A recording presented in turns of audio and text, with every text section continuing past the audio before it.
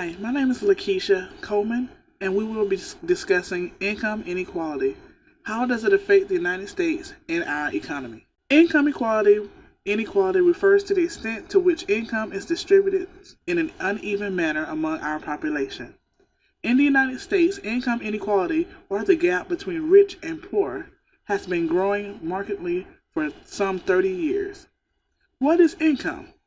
Income includes things like wages, salaries, interest on a savings account, dividends from shares of stock, rental income, and profits from selling something for more than you paid for it. In the United States, income inequality has been rising steadily over the past 4 decades, reaching levels not seen since the late 1920s. The deepening of income inequality is one of the highest ranked trends of 2015. According to the World Economic Forum, it is observed throughout the whole world. How does the United States match up with the rest of the world? According to Wikipedia, income inequality in the United States has increased significantly since the 1970s. This means that the higher the income of households' share of the nation's income has increased. Today, U.S. income inequality is comparable to other developed countries before taxes and transfers, but it is among the worst after taxes and transfers. Americans are not generally aware of the extent of inequality or recent trends.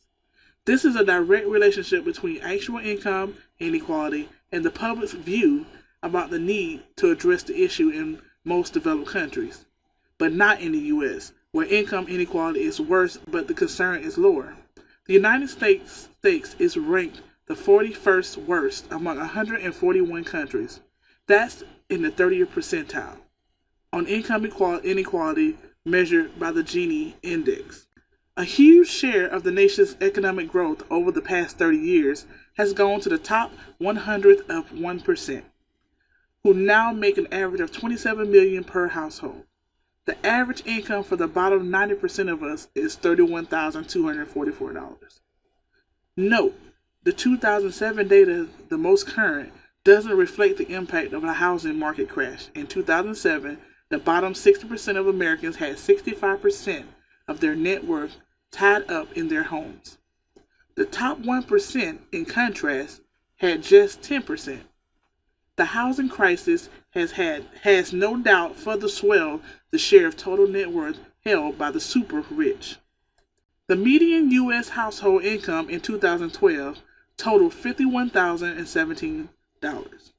According to the census data, half of the American households had incomes greater than this figure, half less.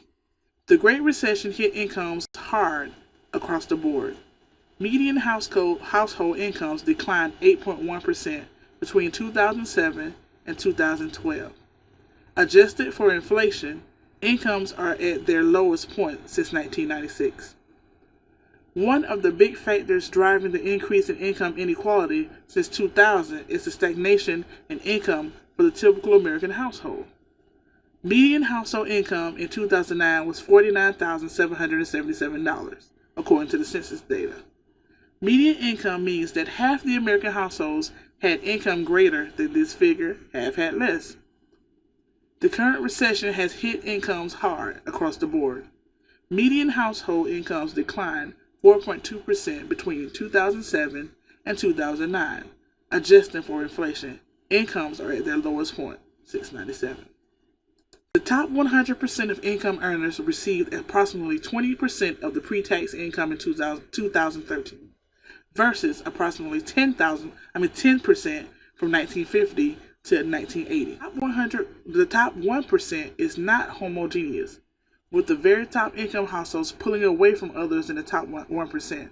For example, the top 0.1% of households received approximately 10% of the pre-tax income in 2013, versus approximately 3 to 4% between 1951 and 1980.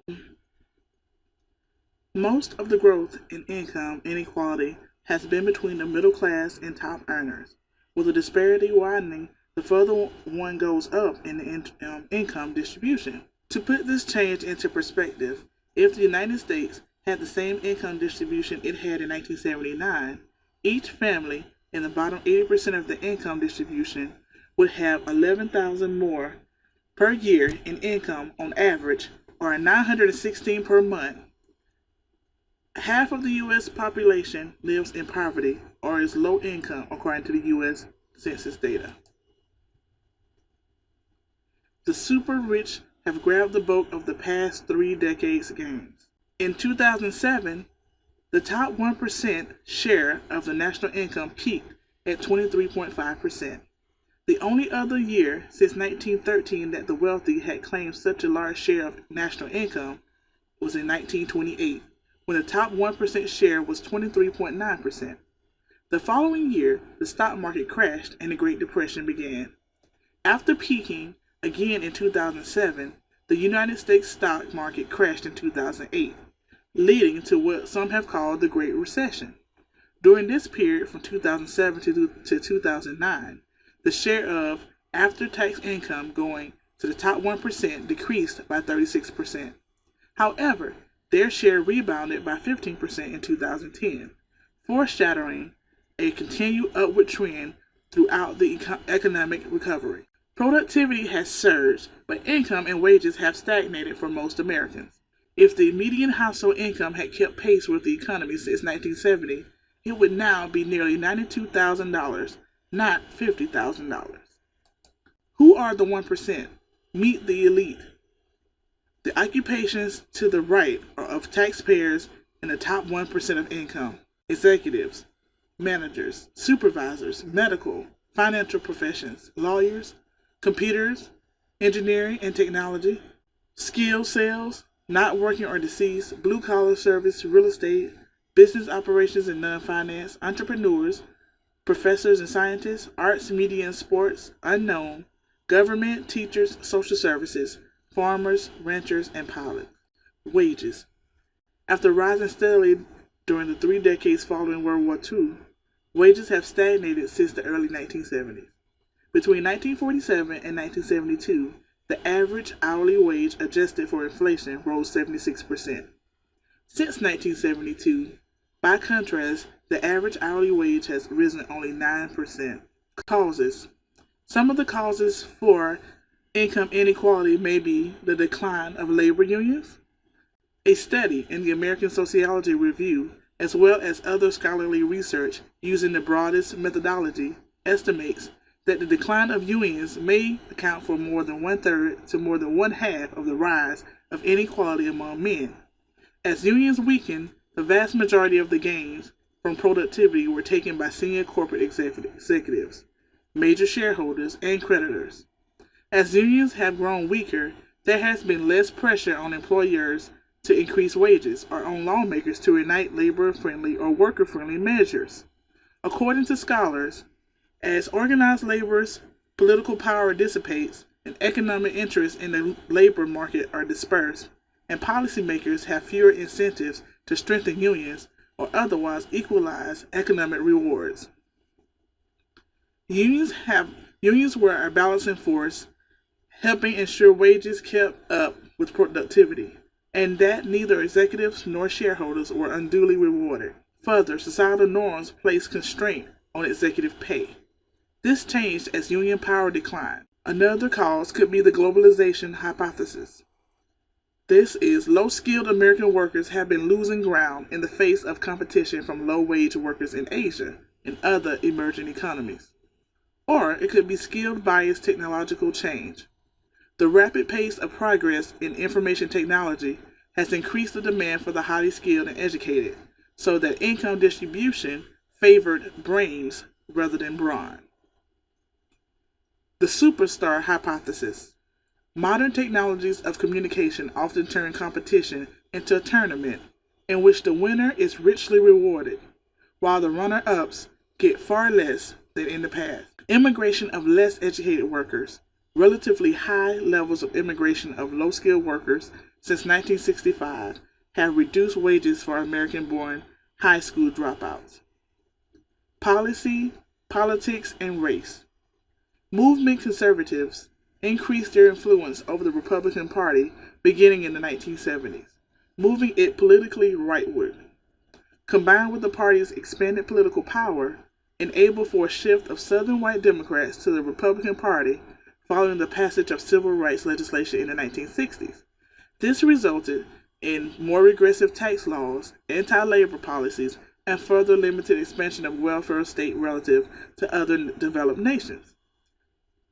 Further, variation in income inequality across developed countries indicates policy has a significant influence on inequality. Japan, Sweden, and France have income inequality around 1960 levels. In conclusion, the distribution of household incomes has become more unequal during the post-2008 economic recovery as the effects of the recession reversed. During 2012 alone, incomes of the wealthiest 1% rose nearly 20%, whereas the income of the remaining 99% rose 1% in comparison. Inflation-adjusted pre-tax income for the bottom 90% of American families fell between 2010 and 2013, with the middle income groups dropping the most.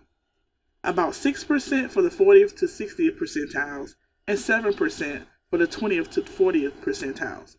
Incomes in the top decile rose 2%. The top 1% captured an estimated 95% of the income growth during the 2009-2012 recovery period, with their pre-tax incomes growing 31.4% adjusted for inflation, while the pre-tax incomes of the bottom 99% grew only 0.4%. By 2012, the top 10% had a 50.4% share of the pre-tax income, the highest level since 1917. Tax increases on higher income earners were implemented in 2013 due to the Affordable Health Care Act and the American Taxpayer Relief Act of 2012.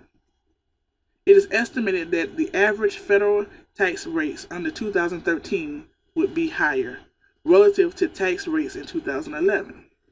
Across the income spectrum, the estimated rates under 2013 law would still be below the average rates from 1979 through 2011 for the bottom 4 income quintiles, slightly below the average rate over that period for households in the 81st through 99th percentiles, and well over the above average over that period for households in the top 1% of the income distribution. Thank you, and I hope you have enjoyed this presentation.